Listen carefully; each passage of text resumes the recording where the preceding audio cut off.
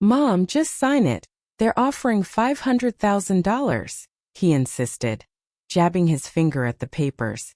I won't sign, I said. This station is our history, and I'll fight for it. I was sorting through a box of papers in the attic when I found it. An old leather folder, stiff at the corners and smelling faintly of dust and engine grease.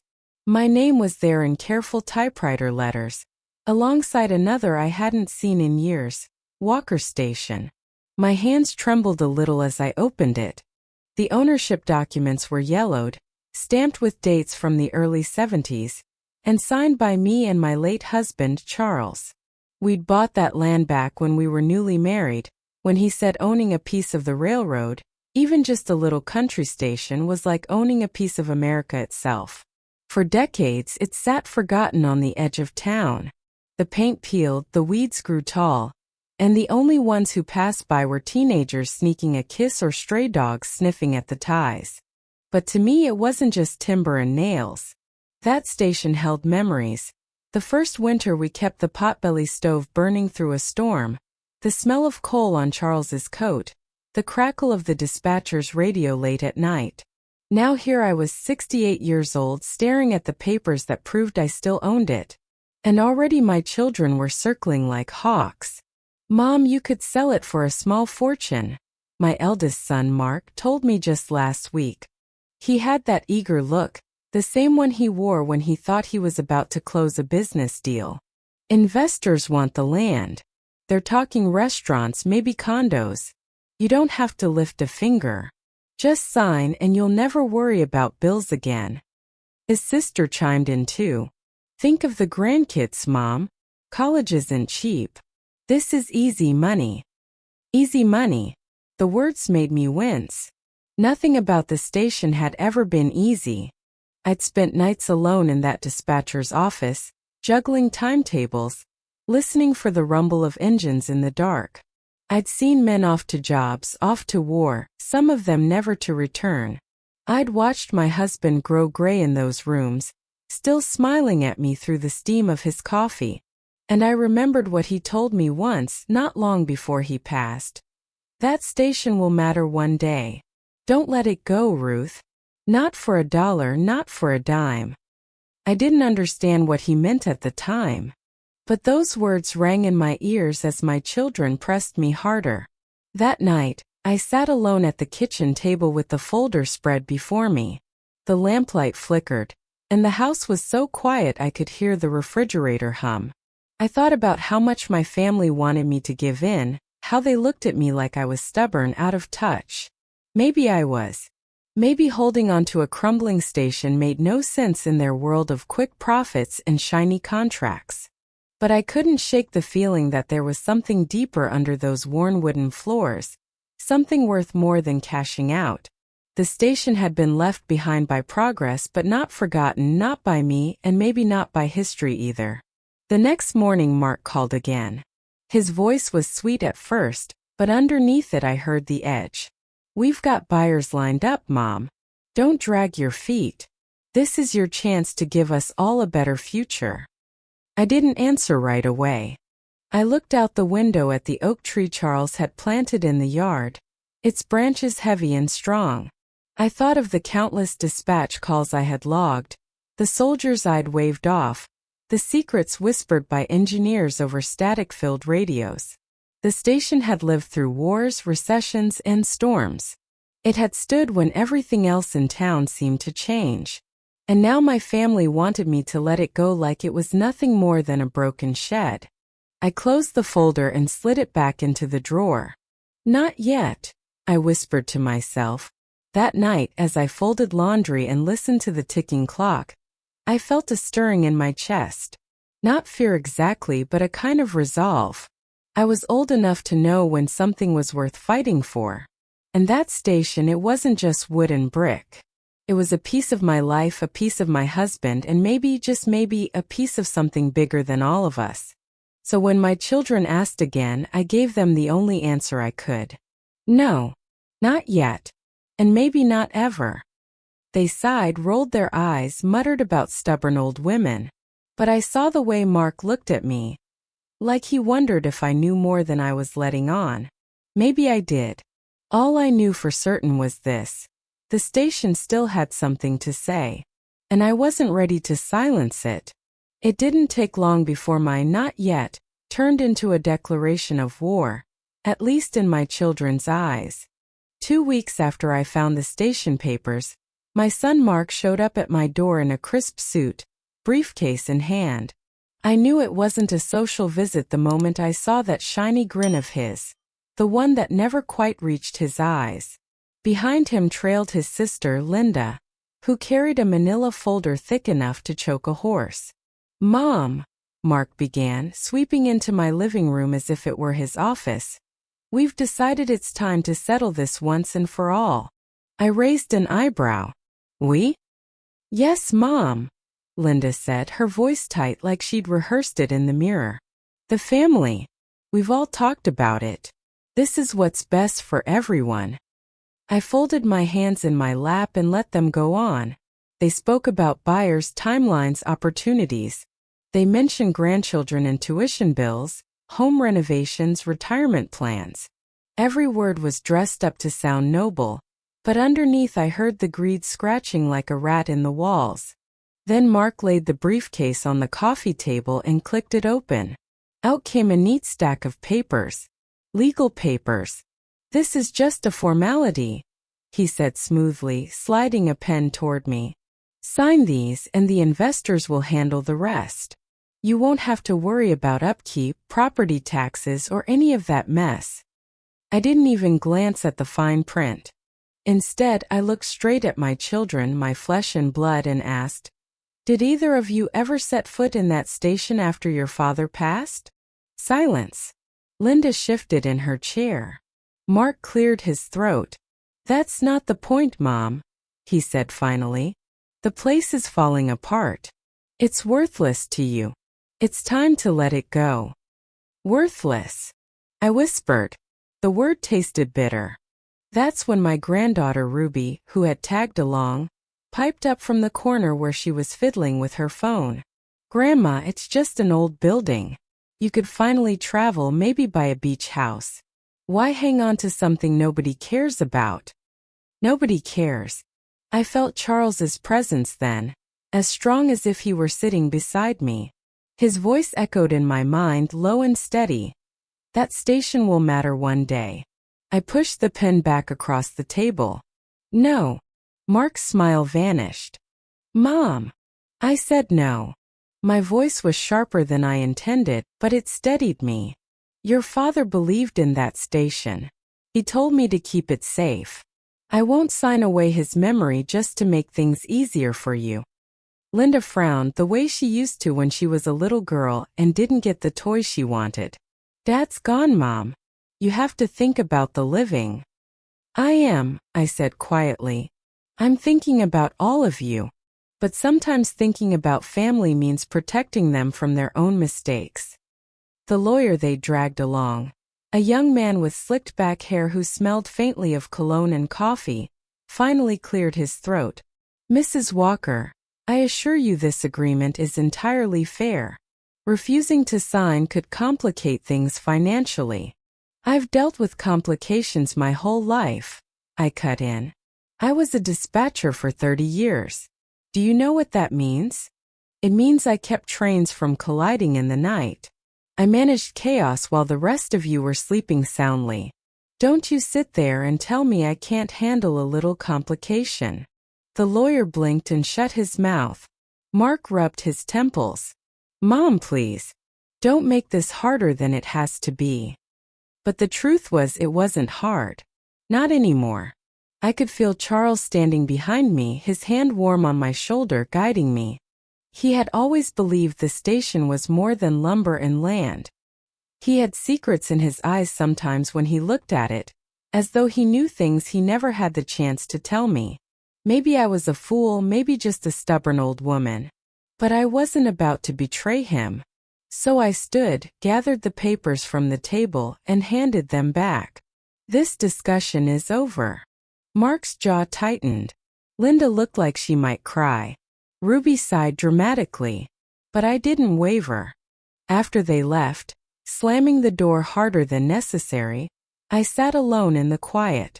The pen still lay on the table where I'd pushed it away. For a moment my hand hovered over it. I thought of the money, the ease, the way my children would smile at me again if I just gave in. But then I thought of Charles, of his calloused hands fixing the old signal levers, of the pride in his voice when he told me that place was part of our story. And I thought of the lives that had passed through that station, the soldiers, the workers, the travelers with dreams bigger than themselves. I closed my eyes, drew a deep breath and whispered, "I won't fail you, Charles." That night I couldn't sleep. The wind rattled the shutters and every creak of the house made me think of that station. I felt it pulling at me, calling me back. Maybe my children thought it was worthless, but I knew better.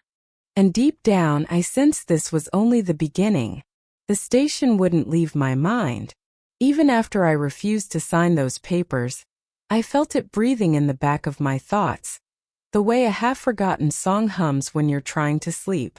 I'd close my eyes and instead of dreams, I saw the dispatcher's desk, the brass clock on the wall, the long stretch of platform swallowed by weeds. It had been nearly 20 years since I last stepped foot inside, not since Charles's passing. I kept the keys tucked in a tin box, buried under old tax returns and birthday cards. I thought I'd never use them again. But that week, every time the wind rattled the trees outside, I swore it was the station calling me back. So one night, when the house was still and the neighborhood asleep, I pulled on my thickest coat, slipped the keys into my pocket, and drove out to the edge of town. The road was quiet, lined with bare trees that clawed at the winter sky. My headlights swept across the familiar silhouette of Walker Station, our station, its roof sagging but still proud against the dark. My breath fogged in the cold as I stepped out of the car. For a moment I almost turned back. 68 years old, creeping around in the middle of the night like a teenager with something to hide. But something stronger than pride pulled me forward. The lock was stiff, but the key slid home as if no time had passed. When the door groaned open, the smell of dust and rust hit me, sharp, earthy, like old iron and forgotten dreams. My flashlight beam caught the dispatcher's desk where I once sat, the telegraph machine long silent, the papers yellow and curled. I ran my fingers over the desk, half expecting to hear Charles's voice teasing me for working too hard. The silence pressed heavy, but it wasn't empty. It felt alive, like the station was holding its breath. That's when I noticed it. At the far end of the office, half hidden behind filing cabinets, was a narrow door I didn't remember. Its paint was chipped, the knob rusted. Curious, I tugged at it, but it wouldn't budge. I leaned my shoulder into it, gave it a good shove, and heard the faint clank of metal bars on the other side. A lock. My heart thudded in my chest. Why would there be a locked door in a dispatcher's office? I pressed my ear against it. First there was only silence. Then, faint and low, came a sound that made my skin prickle. A hum. Not steady, not loud, but they're all the same. Like old machinery breathing in its sleep. I stumbled back, clutching the flashlight. The building had no power, none that I knew of anyway. The lines were cut years ago. And yet, somewhere beneath my feet, something still lived. For a long moment I just stood there trying to slow my breathing. Every sensible part of me screamed to leave, to lock the door, and drive home to the safety of my quilt and tea. But another part, the part Charles had always admired in me, refused to back down. I crouched and peered at the edges of the door. Dust coated everything except the lock itself. That metal was clean, polished by use. Someone had been here more recently than I cared to admit. I whispered aloud, though no one was there to hear me. "Charles, what did you keep from me?" The station groaned with the weight of time, the rafters creaking in the night wind. I walked the platform, my flashlight catching glimpses of broken benches, shattered glass, the rail lines stretching off into the dark like veins into the earth. And underneath it all I heard it again, that steady hum, like the heartbeat of something buried. I tried every key on the ring, but none fit the lock. Frustrated, I sat at the desk and pulled open the drawers, sifting through brittle timetables and ledgers. In the bottom drawer, wrapped in oilcloth, I found an envelope. My name was written across the front in Charles's hand, steady even in the last years of his life. With trembling fingers, I tore it open. Inside was a single line written on a scrap of paper. "The truth is below. Trust only yourself." The words made my knees weak. I pressed the paper to my chest, the way I used to hold his love letters when we were young. He had known all along. He had hidden something here for me to find. I sat there until the first pale light of dawn crept through the cracked windows. The station was quiet again, as if it had settled back into slumber, waiting. But I couldn't forget the hum, or the locked door, or the way Charles's words seemed to echo inside me. By the time I drove home, my mind was racing. I had spent my life managing the comings and goings of trains, guiding men across the miles. But now it seemed my late husband had left me one last route to follow, one that led underground, into secrets I wasn't sure I was ready to uncover. Still, I knew one thing with certainty: the station wasn't finished with me. I should have known nothing stays secret for long in a family, especially when children and grandchildren are involved. No matter how careful you think you're being, some young pair of eyes is always watching. The night I discovered the locked door and Charles's note, I swore to myself I'd keep quiet. I tucked the envelope into my dresser drawer, the one where I still keep my wedding ring and the letters Charles wrote me during his National Guard years. I told no one. Not Mark, not Linda, not even Ruby, though she has a way of coaxing truth out of me with her bright, insistent eyes. But children, well, they're quicker than we give them credit for. It was my grandson Tommy who followed me. He's 17, tall and restless, with more curiosity than sense. I didn't hear him slip out of his mother's house that evening, didn't notice the shadow trailing behind my car as I drove once again to the station. I thought I was alone when I pushed open the dispatcher's office door and set to work at the drawers, searching for something, anything, that might open that lock. I had spread a bundle of blueprints across the desk, the kind Charles used to pore over late at night.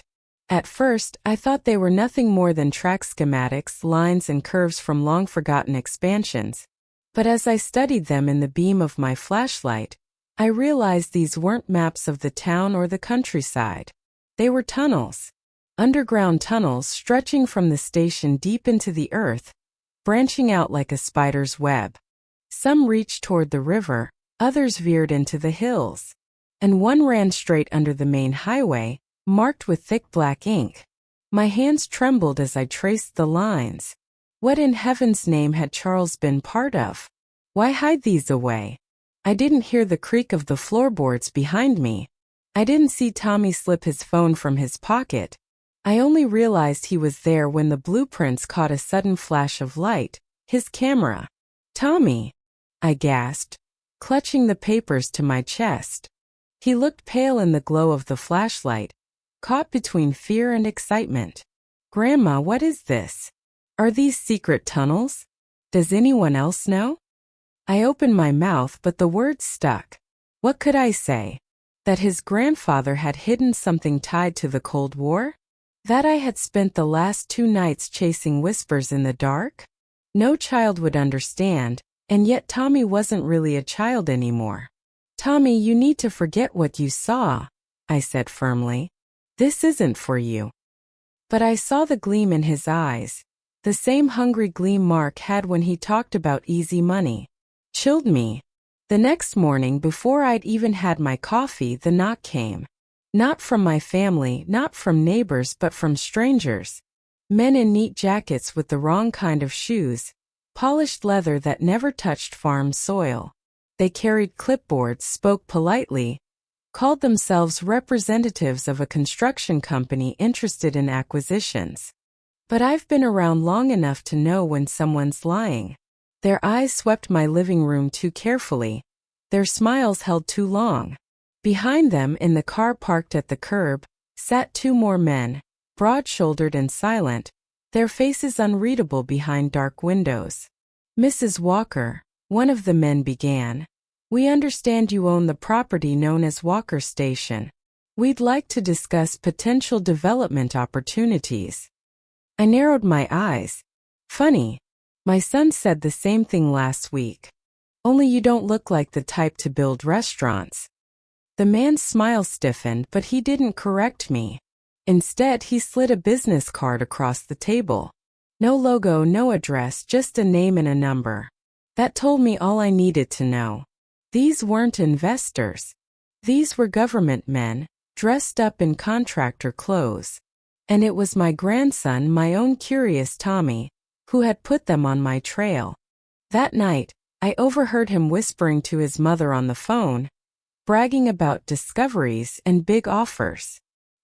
He didn't know I was in the hallway, listening as he told her about the tunnels, about the blueprints, about the photographs he'd already sent to interested parties. My heart sank. It wasn't malice that drove him. He was just a boy dazzled by the idea of adventure, of importance, of quick fortune. But innocence doesn't soften the damage done. When I returned to the station the following evening, I found the dispatcher's office disturbed. The drawers had been rifled through, the blueprints gone. The locked door remained sealed, but I felt eyes on me in the darkness. I sat at the desk where I had once controlled trains with precision, where Charles had once kissed my hand and told me I had the sharpest mind he'd ever known. Now all I felt was dread. The secret I had tried to guard wasn't just mine anymore. It had slipped through my fingers into the wider world. And I knew deep down that the men who had come to my door weren't finished. The station was no longer just a relic of my past. It was a beacon, and too many had already noticed its light. I didn't have to wait long before the masks came off. 3 days after those so-called construction men knocked on my door, I found real government cars lined up along my curb, black sedans, the kind you don't mistake for anything else. My neighbors peeked through their curtains, whispering, "It's not every day federal agents come calling in a sleepy town." I opened the door before they even knocked. "Well," I said, crossing my arms, "you might as well come in. But wipe your feet. I won't have you tracking mud through my house." The lead agent was a tall man with a hard jaw and tired eyes. He showed me a badge I barely glanced at. "Mrs. Walker, I'm Agent Harris. We need to talk about the property known as Walker Station." I motioned them toward the living room. "You all say that like it's just property. To me it's my history." The agent's gaze didn't waver. "It may also be a matter of national security." That made me laugh. A dry, brittle sound. National security? That old station barely holds up in a windstorm. But Harris didn't smile. He pulled a folder from his briefcase and laid it on my coffee table. Inside were photographs, black and white, grainy shots of tunnels, rail cars loaded with crates, soldiers in uniform standing guard. My breath caught. It was the same layout I'd seen on Charles's blueprints. During the Cold War, Harris explained, this network was used for classified transportation, equipment, weapons, sometimes personnel. Most of the stations were decommissioned, but yours, well, let's just say the records aren't complete. I swallowed hard. "And now you've come to take it from me." He shook his head. "Not yet. But we need access. That land may hold material the government can't allow to fall into private hands." Before I could answer, the front door banged open and in stormed my son Mark, red-faced and furious. "Mom, what have you done? Do you have any idea what you're risking?"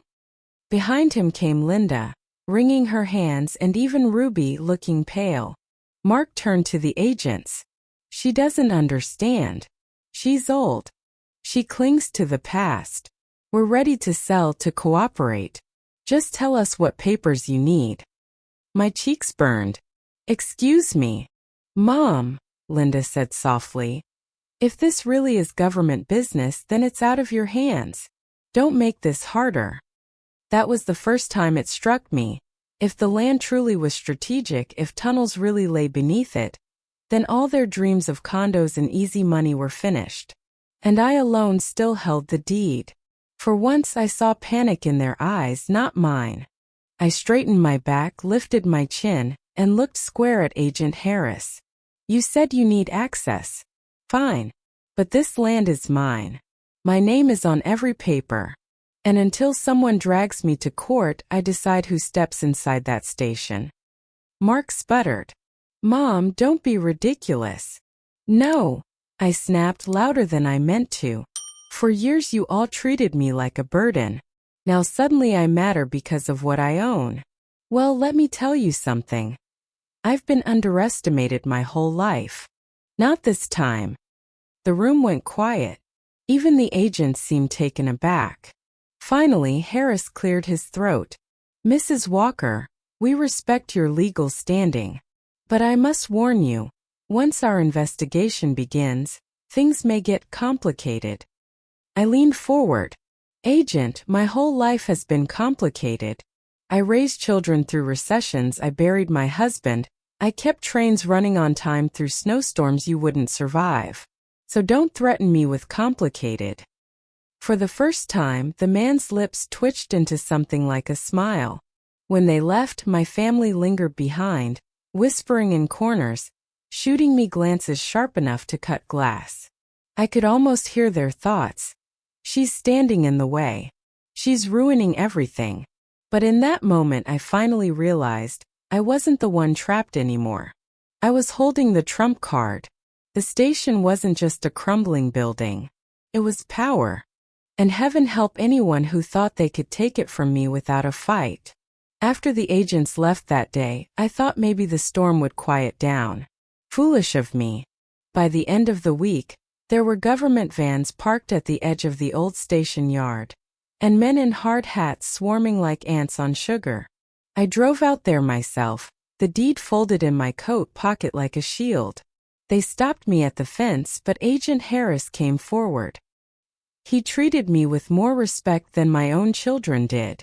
Mrs. Walker, he said, we're going to need to open that underground section. You'll want to see this with your own eyes. And Lord help me, I did. The door in the dispatcher's office that had mocked me with its heavy lock was finally cut open with tools that screeched like angry crows. When the hinges gave, a stale breath of air rolled out, heavy with rust and oil. Behind it stretched a staircase of concrete steps, damp and echoing. I stood at the top, clutching the railing. Charles, I whispered under my breath. What did you hide down here? The agents carried lamps, their beams bouncing across the walls as we descended. The hum I had heard before was gone, but the silence itself felt alive. At the bottom, the tunnel opened wide. Arched ceilings, rails running straight into the dark ventilation shafts lining the walls like ribs. It wasn't some small cellar. It was a world beneath the world. Dust lay thick over everything, but the rails were still there, steel glinting faintly in the lamplight. Old wooden crates sat stacked against one wall, their stencils faded but still legible. Ordnance U.S. Army. I pressed a hand to my mouth. One of the younger agents whispered, Cold War transport hub. It's all real. They opened one crate with careful hands. Inside lay metal parts wrapped in oilcloth, still sharp-edged though they'd sat untouched for decades. Harris explained they were components, parts of larger weapons systems, never assembled here but shipped through, hidden away from prying eyes. I walked slowly, my cane tapping the floor, and everywhere I looked I saw ghosts. I remembered nights dispatching trains marked as special cargo, trains Charles always told me not to ask about. I remembered soldiers boarding in silence, their boots clanging against the platform, their eyes fixed on the horizon. I thought it was routine. Now I knew it was history hidden in plain sight. Mrs. Walker, Harris said gently, this station was one of a handful across the country. Quiet nodes in a vast network. If the Soviets had ever known. He shook his head. Well, it could have changed everything. I leaned against the wall, my heart heavy. Charles had known. That's why he told me to keep the station. He must have carried that secret all his life, unable to share the full truth even with me. My stubborn, loyal husband, he had been guarding more than just a memory. Back upstairs, the agents spread their notes across the dispatcher's desk. I watched them, but my thoughts were far away. I wasn't thinking about military secrets or Cold War tactics. I was thinking about the responsibility sitting squarely on my shoulders now. By the next morning, the town was buzzing. Folks saw the trucks, the floodlights, the men in uniforms. My daughter Linda called me in a panic. "Mom, they say the government's digging under the station. Are you in trouble? Are we going to lose everything?" "No, Linda," I said calmly. "We're not losing a thing. We're learning." But in truth, I wasn't calm at all. I lay awake that night staring at the ceiling. My children had wanted money. They had no use for history. And I feared when they realized just how valuable the tunnels were.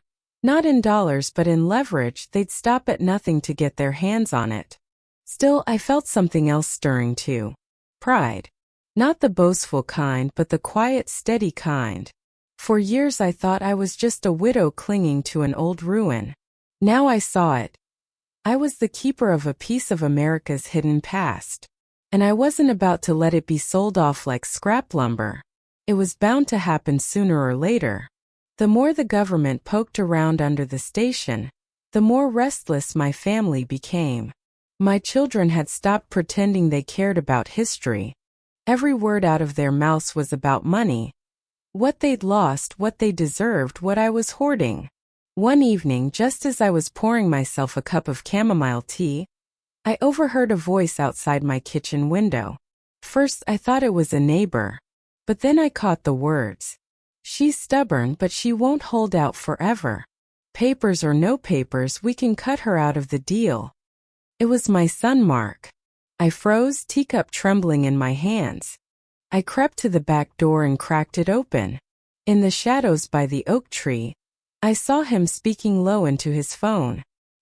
His voice carried just enough for me to catch the rest. "Investors are interested in access, not ownership. I can get them the blueprints and let them take it from there. Don't worry, my mother won't know a thing." I nearly dropped the cup right there. My own son, scheming to sell what wasn't his to give. When he hung up, I stepped outside. "Mark." He spun around, startled, guilt flashing across his face before he could hide it. "Mom, I didn't know you were." "Didn't know I was what?" "Listening. Still alive enough to hear my own son plotting against me?" His mouth tightened. "You don't understand. This is bigger than you.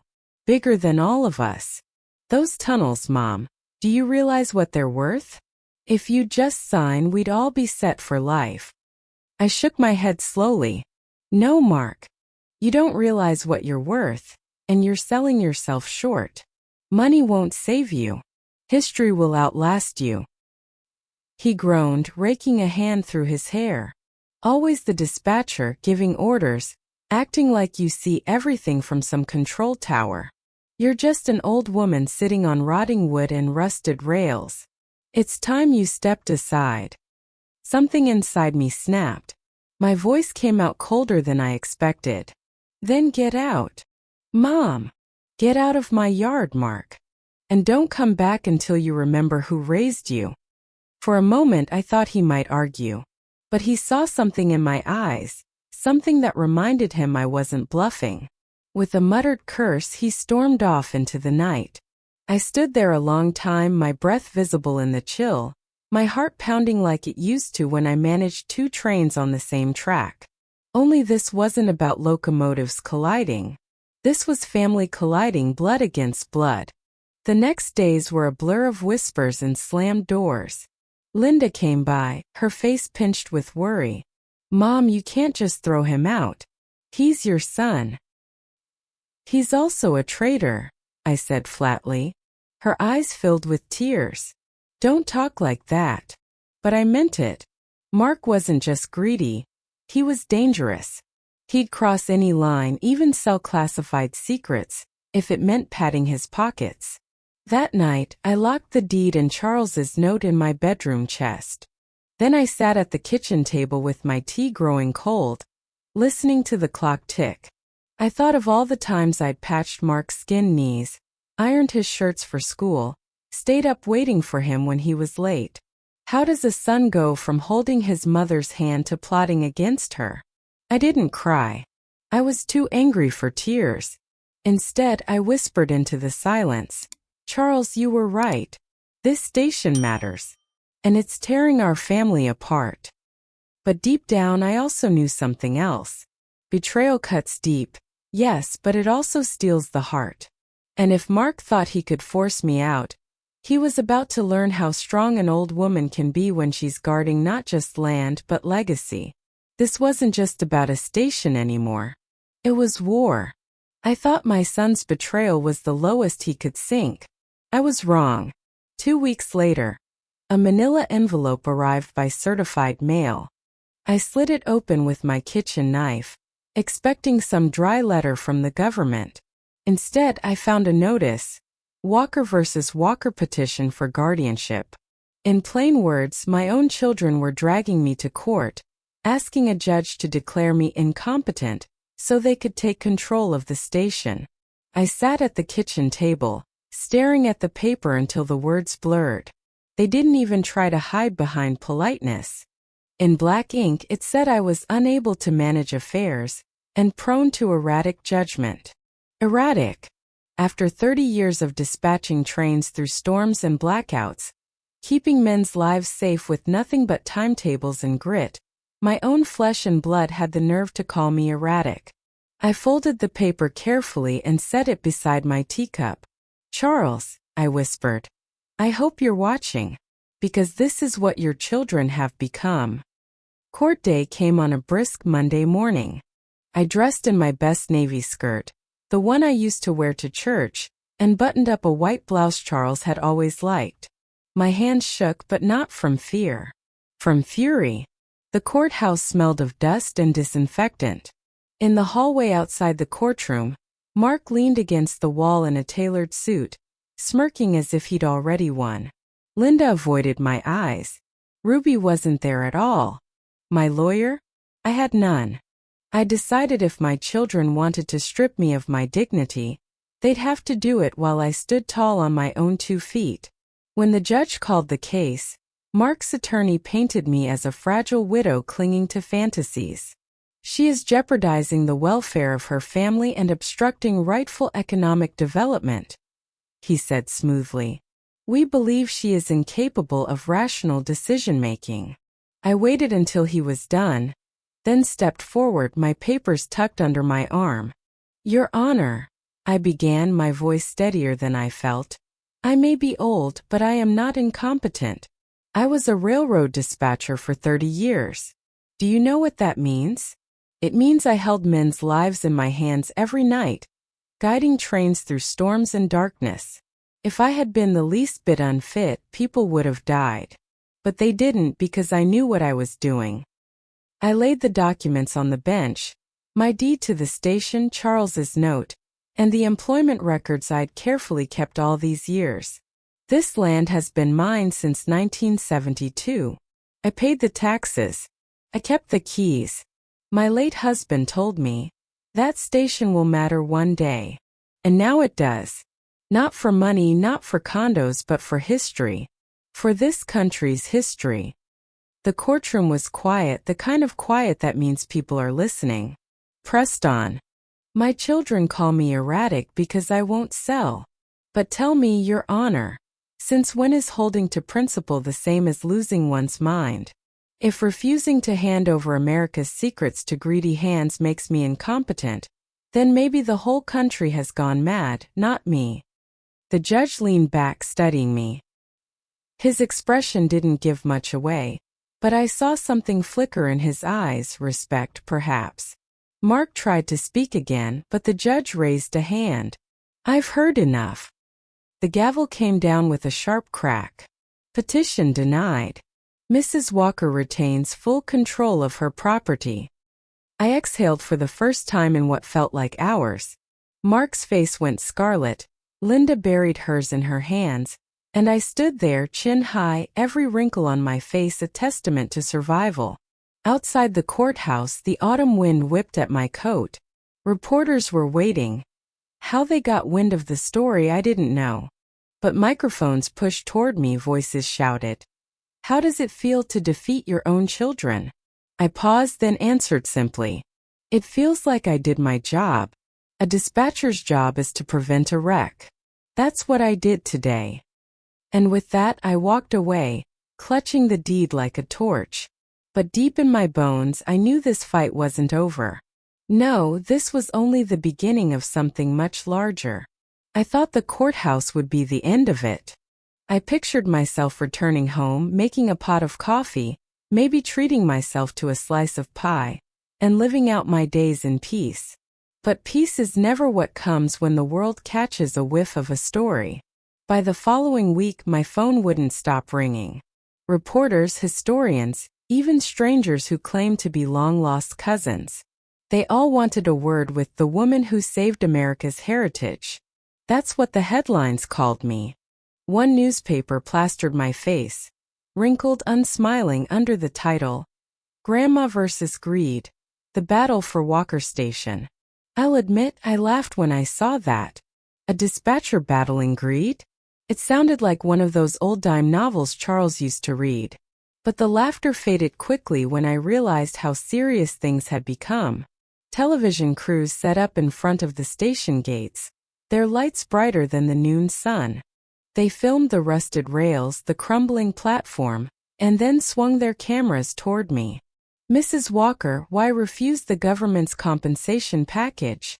One young man asked, practically shoving a microphone at my chin. Because, I said, looking him square in the eye, this isn't about money. You can't put a price on history. That station carried secrets of this nation during its darkest days. It deserves to stand, not be paved over. The clip aired that night, and I suppose something in my voice struck a chord, because letters began to arrive. Dozens at first, then hundreds. Veterans wrote to say they remembered boarding trains at stations just like mine. Teachers asked if their students could take field trips when the site opened. A woman from Maine sent me a hand-stitched quilt with locomotives on it, saying she wanted me to wrap myself in the strength of steel rails. But with praise came anger. My children, furious that the world now saw me as a hero, stopped speaking to me altogether. Mark left me a single voicemail, his voice tight with rage. You've ruined everything, Mom. You're a fool if you think you can stand against all of us. I didn't return the call. Meanwhile, the government tried a different approach. This time they came politely with folders and numbers offering me millions in compensation. Enough to take care of your whole family, Agent Harris said gently, as if I were a child needing coaxing. I looked at him across my kitchen table, the same table where Charles once spread his maps. Agent, I've already taken care of my family. I raised them, fed them, worked myself to the bone for them. They've had their share. Now it's my turn to do what's right. He sighed, but I saw respect in his eyes. He knew I wouldn't budge. Soon the story spilled onto the national stage. I was invited to morning shows, radio interviews, even a panel at a university back east. Me, a grandmother who still wrote grocery lists on scrap paper, suddenly talking about Cold War infrastructure and historical preservation. I turned most of it down. Fame was never my goal. I just wanted the truth about that station to be known, and for it to be protected. But one invitation I did accept. A group of historians asked me to stand at the station and give a statement for the record. That day, standing on the cracked platform with the autumn wind whipping my coat, I felt Charles with me more than ever. I spoke into the microphones, my voice steady. This place isn't just timber and rail. It's a memory of who we were, and a warning of who we must never become. My husband told me, that station will matter one day. I believe that day is now. The crowd applauded, cameras clicked, and for the first time in months I felt peace in my heart. But when I turned toward home, I caught sight of Mark watching from across the street, his jaw tight, his eyes burning. He hadn't given up. No, he was waiting, planning. And I knew before this was over, he'd try again to strip it all away. Still, as I clutched Charles's old note in my pocket, I whispered, "Not while I'm alive." The weeks after the media storm were a blur of hearings, phone calls, and endless papers shoved under my nose. My children tried one last time to wrestle the station away, dragging me back into court, this time armed with new lawyers and thicker folders. They thought if they buried me under enough documents, I'd finally cave. But I'd lived my life with timetables and manifests stacked high on my desk. Paper never scared me. The courtroom was packed that morning. Journalists elbowing for space, townsfolk craning their necks. My son Mark sat with his lawyer, smug as ever. Linda avoided my gaze, as though ashamed but unwilling to step out of line. When my turn came, I rose slowly, my knees stiff but my back straight. I laid Charles's note on the bench for the judge to see. "The truth is below. Trust only yourself." Then I set down my deed, my tax receipts, and my records as dispatcher, proof I had been custodian of that property for decades, through storms and silence alike. "Your Honor," I said, my voice echoing in the quiet room, "I was trusted with this land not by investors, not by lawyers, but by history itself. My husband told me it would matter one day, and he was right. It matters not because of money, but because it holds a story this country must not forget. I will not sell it. I will not surrender it. I am its guardian, and I always have been." For a long moment the judge said nothing. The only sound was the shuffling of papers. Then he lifted his gavel. "This court rules in favor of Mrs. Walker. The station and the land beneath it are hereby declared a protected landmark under federal historical preservation law." The gavel came down with a crack that shook me to my bones. I closed my eyes, letting the words sink in. Protected. Safe. Forever. Mark's chair scraped as he bolted up, shouting that it wasn't fair, that he deserved something. The bailiff silenced him.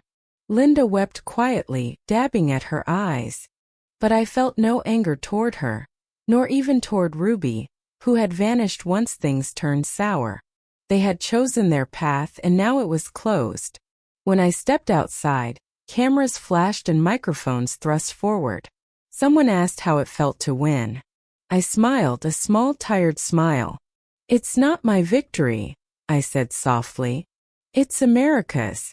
What they wanted to sell for pennies has become priceless." The words traveled far.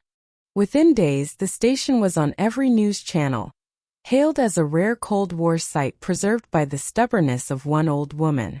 Letters poured in again. This time from schoolchildren, thanking me for saving a place they could someday visit. Veterans sent medals. Teachers sent essays their students had written about courage. The government extended an offer of millions once more. This time not for the land but for compensation of lost development value. I turned it down. "You can't pay me for doing what's right," I told them. Instead, I asked for one thing. That the station be restored and opened as a public landmark, a place where the past could breathe again. They agreed. On the day the plaque was unveiled, I stood at the platform in my Sunday coat. The oak tree swayed nearby, the one Charles planted so many years ago. A crowd gathered, neighbors, historians, schoolchildren holding little flags.